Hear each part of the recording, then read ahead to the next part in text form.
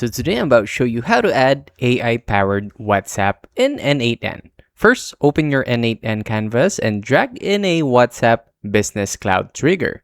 Set the event to on message and connect your Meta developer app and secret credentials to establish a live listening bridge. Next, drop a advanced AI agent node right after the trigger. Link a chat model like OpenAI or Atrophic, along with a window buffer memory node. Open the agent settings and map the input prompt parameter directly to the text body, pulling from your incoming WhatsApp data stream. Finally, connect the AI agent's output back into a standard WhatsApp Business Cloud action node. Configure this node to send message, pass the user's incoming mobile number as the recipient, and map the AI's generated response directly into the main text body field. And that's it.